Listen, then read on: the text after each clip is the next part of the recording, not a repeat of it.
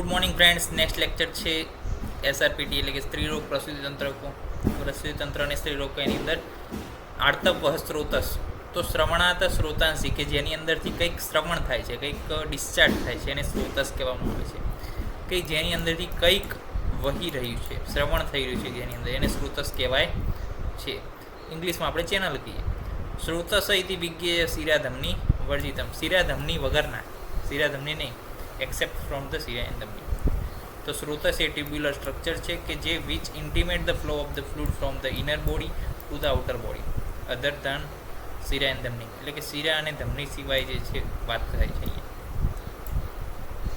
સ્ત્રોતસ શું હોય? યોગવાહી હોય, એટલે કે જેઓ તેને ગુણ મળે એવું વહન કરે. કેવી વાત છે? તો કે પાઇપ જેવી વાત છે. પાઇપની અંદર તમે પાણી વેળો તો એક સાઈડથી પાણી વેળો તો બીજી સાઈડ પાણી જ નીકળે, એક સાઈડ તમે તેલ વેળો તો બીજી સાઈડ તેલ જ નીકળે, કારણ કે એ યોગવાહી છે. જેવું તમે નાખશો એવું વહન કરાવશે. સ્ત્રોતસ આર ઓલ્સો યોગવાહી કહેવાય છે. એ રસ અને રક્ત પણ કેરી કરે છે. ટાઈપ ઓફ સ્ત્રોતસમાં બહિર્મુખ અને અંતર્મુખ બે પ્રકારના સ્ત્રોતસ હોય. આર્તવવહ સ્ત્રોતસની અંદર બે મૂળ છે. કયા કયા? ગર્ભાશય અને આર્તવવહિની ધમની એ આર્તવવહ સ્ત્રોતસના રૂટ્સ છે. આર્તવવહ સ્ત્રોતસની જે મેઇન રૂટ્સ હોય કે જ્યાંથી શું થાય? આર્તવનું વહન થાય. તો એ ગર્ભાશય છે અને બીજી છે આર્તવવાહિની ધમની.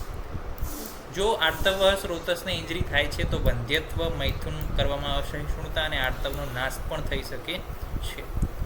અકોર્ડિંગ ટુ આચાર્ય ઘાણેકર, આચાવહ સ્ત્રોતસ અને બીજવહ સ્ત્રોતસ એમ બંને અલગ અલગ છે. આર્તવવહ સ્ત્રોતસની અંદર બ્લડ વેસલ અને કેપિલરી આવે, જ્યારે બીજવહ જે ઓવમ છે એનું વહન કરનારા બીજવહ ફેલોપિયન ટ્યુબ તરીકે આવે છે. કેમ? તો કે ઓવમમાંથી બીજનું વહન કોણ કરે છે? ફેલોપિયન ટ્યુબ, એની વાત છે. અને આર્તવવહ સ્ત્રોતસ શું છે? તો કે જે બ્લડ વેસલ છે, કેપિલરી છે, કે જે મેન્સ્ટ્રુએશન દરમિયાન શું થાય છે? બ્લડ જે છે બ્લીડિંગ બહાર આવે છે. તો એ આર્તવવહ સ્ત્રોતસની અંદર એમને સમાવેશ કર્યો ઘાણીકર આચાર્ય. તે રીતના દરેક આચાર્યના અલગ અલગ મત હોઈ શકે છે. હવે બીજી વાત કરવી છે સ્તન્યવહ સ્ત્રોતસ. તો અન્યાની ચ ત્રીણી સ્ત્રીનામ સ્તનો રક્તપથશ્ચ. એટલે કે સ્ત્રીઓની અંદર એક રક્તવહ સ્ત્રોતસ અને બે સ્તન્યવહ સ્ત્રોતસ હોય છે, એવું અષ્ટાંગ સંગ્રહકાર કહે છે.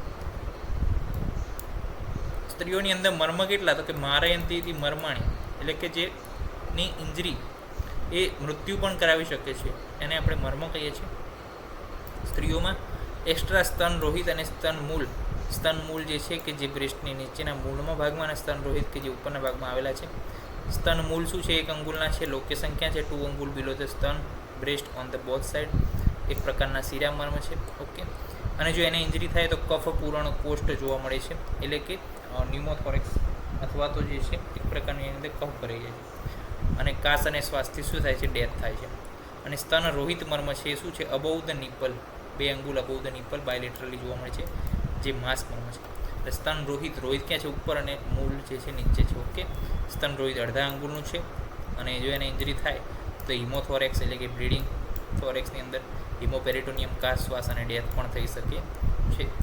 તો સ્તન મૂળને ઇન્જરી થાય તો કાશ્વાસના કારણે ડેથ થાય. સ્તન રોહિતના ઇન્જરી થાય તો જે છે કાશ્વાસ તો કરું જ, અને બીજું જે છે હિમોપેરિટોનિયમ, હિમોથોરેક્સના કારણે પણ ડેથ જોવા મળે છે.